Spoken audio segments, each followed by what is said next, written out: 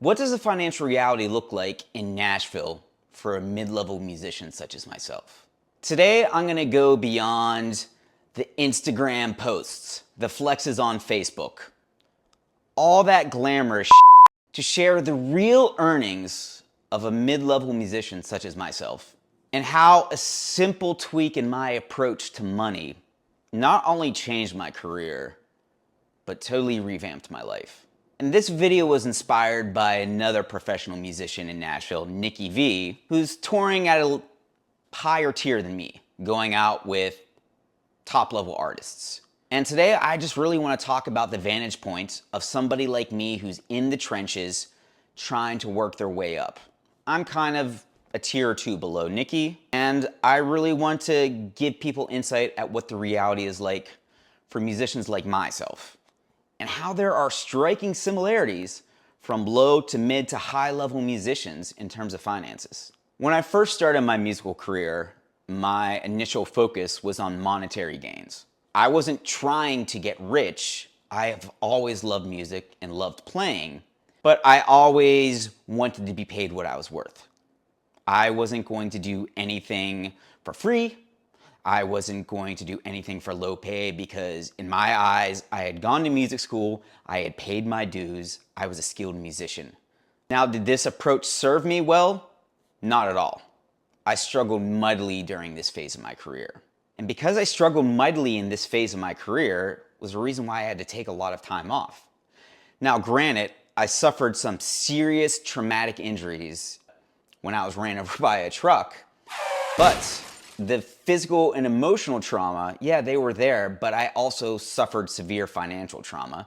And that was partially because I had no safety net built up. Why? Because I was living hand to mouth as a musician, and quite frankly, I was poor and really wasn't doing anything with my career. So I had to take a long time off from music. So fast forward to the end of 2021, I moved to Nashville. In 2022, I decided to start resuming my playing career. And 2022 was the first full year that I had been playing music. Now, I was doing music on a part-time basis, and during 2022, I was primarily playing honky-tonk gigs. When I first started playing in town, I was given one piece of advice that really stuck with me, and this piece of advice was from a highly successful drummer in town. And their advice was this: say yes to everything for the first 3 years. Doesn't matter if the pay is bad, doesn't matter if the music is bad, doesn't matter if you have to drive far away. Just say yes to everything and build your network. And because I had taken such a long time off from music, I was more willing to compromise, more willing to try new things because I was scared to play again. So for the year of 2022, I primarily played gigs in honky tonks, 4-hour shifts on Nashville's Lower Broadway. I would make as little as $60, but a good day for me was $150. And that was pretty much my experience as a low-level musician for 2022. By the time March of 2023 rolled around, I had made the decision to go full-time as a musician. I wasn't gonna do any other job but just play music. And at this time, I was making about $200 per shift on Nashville's Lower Broadway. And I was making okay money. And then I started doing some road work. I got my first road gig in Nashville with an artist named Kevin Daniel, who's a singer-songwriter. I really liked his stuff, and he asked me to go on a month-long tour with him. I asked him, what did it pay? And it ended up paying somewhere around maybe $100 to $150 per gig. And we weren't playing every day, we were playing maybe every other day. And we had a small amount of per diem. And when I looked at it on paper, I was going to be making a lot less money than I was in town. And I was initially conflicted, but I ultimately said yes because I thought of all the other opportunities I could get from there. I could get exposure to a brand new audience, maybe a brand new segment of the music community, but also I could create more content. And coincidentally, in March of 2023 is when I started doing YouTube. I had a YouTube channel for a while, but I made the conscious effort, okay, if I'm going to be out of town for a month or more and losing money, I need to find a way to make it worth my while. And that's when I started my first tour diary right here on this YouTube channel. And I really enjoyed that tour, and I continued to work after I got back from that tour, and I started making around $250 per shift here in Nashville. And this was around summer of 2023. Coincidentally, during the summer of 2023, I started working with Australian singer-songwriter Grainger. And we would do what is called the Weekend Warrior routine, where we would go out of town for 3 to 4 days, come back to town for maybe 3 or 4 days, and then go back out again. So primarily on the weekends. So I would say on average, I was making about $200 per day I was gone with Cara, give or take.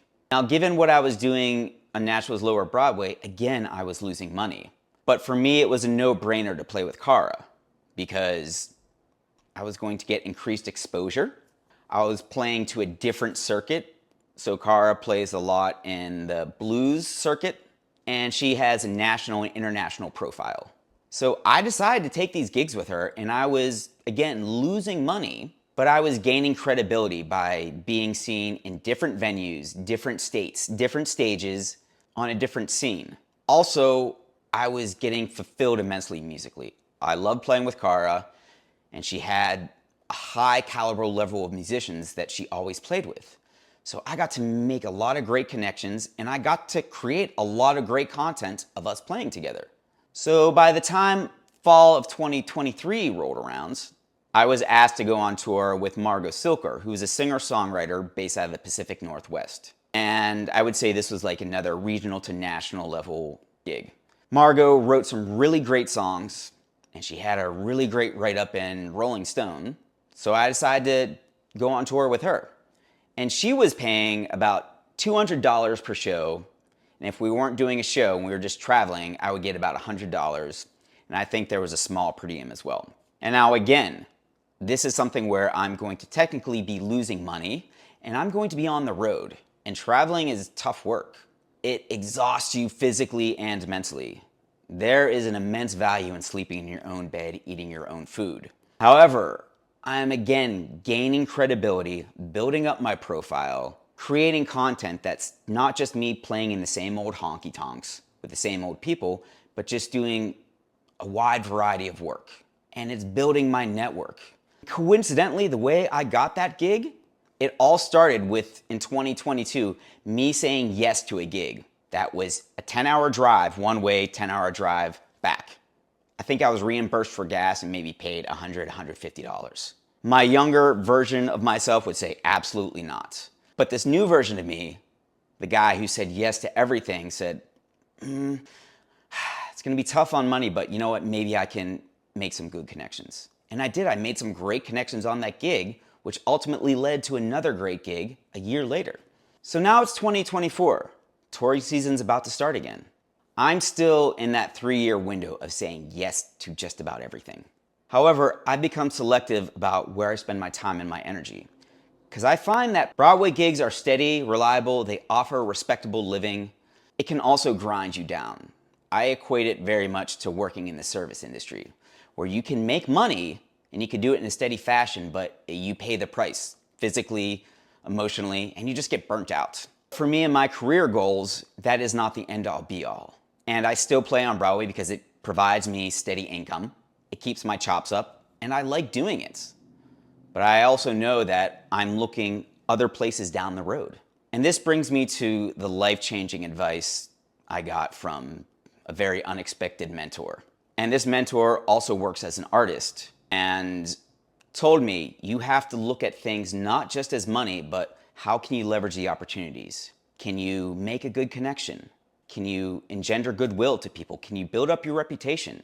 Can you build up your profile online? And I would see this mentor of mine go and take gigs far below their pay grade. And I would see them being taken advantage of. And I would get furious. I would say, why are you doing that? We are worth so much more as artists. However, this mentor of mine was playing the game. And they explained to me, the game isn't fair. And you can focus on it not being fair, or you could say, how can I play this game to advance my career? And in not so many words, I told this mentor, that's kind of bullshit. The mentor said, okay. And they proved it by living it, by doing it. I would watch their career take off as mine was stalling because I would still have reservations about being underpaid and focusing only on the money instead of the opportunities around every gig. So I've since changed my mindset. Does money matter? Absolutely, 100%. And I'm not saying work for free all the time, but I'm saying look at how you can leverage opportunities. Money is just one part of the equation, and everyone has a certain calculus. For example, in that video Nikki V posted, Nikki V was talking about artists playing on stadium tours, the musicians playing for some of those artists, some of the newer ones. He said some of them are making $150 to $250 a show, which you make more playing on Broadway. Is that bullshit? Absolutely. Now, if one of those stadium artists asked me to go out and play those stadium shows with them for $100 to $150, would I say yes? Absolutely. Because for me, the value in that would be building my reputation, building my credibility, so I could leverage that to the next opportunity. And this brings me to my final really critical point, is that I see fantastic musicians like Nikki playing these high profile gigs, but then also doing things on the side, whether it be YouTube, whether it be teaching online lessons, whether it be some combination of that, but always thinking about doing some other hustle to keep their careers moving forward. Because if money's the only thing you're thinking about or your only measure of success, you're going to miss out on a lot of opportunities. And also, I believe that it's no longer enough to just be a player. Some people can do that, yeah, and that's great.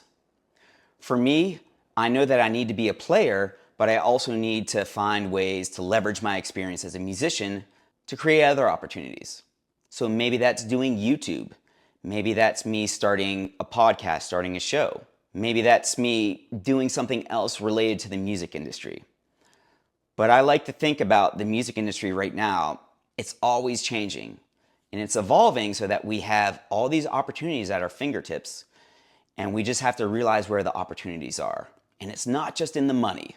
So everything has its advantage and disadvantage. You have to look at everything as a whole. So instead of thinking about just chasing gigs, just chasing money, think about what are you trying to create in the long term, in the big picture. What is sustainable and what's helping you advance your career, advance your profile. Now, if you agree with me, let me know. Or if you think I'm full of shit, please let me know. I have some upcoming video topics about how musicians can diversify their income stream. Because based on my experiences, playing has opened up a lot of doors for me. And that's still my primary income stream. But I'm also doing other things, like my YouTube is finally starting to pay off and opening other doors for me. But I've been tending to this field for about a year now, and sometimes you need to do long, steady efforts for it to pay off big instead of chasing those $200 gigs. So now my calculus is I could do this gig right now, or I could focus on my entrepreneurial pursuits.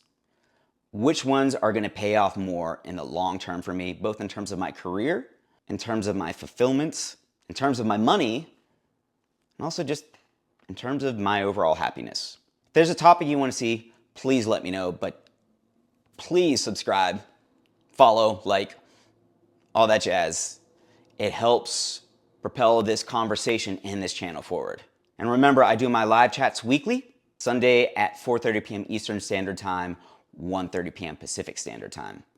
And maybe, I'm thinking right now, literally in this moment, maybe I'll find another musician who's in a similar tier as me, maybe a tier above, and also does YouTube. Maybe I'll have them come on my live chat this week, and we can chop it up and compare notes. Thanks for watching, and I look forward to seeing everyone on my Sunday live chats.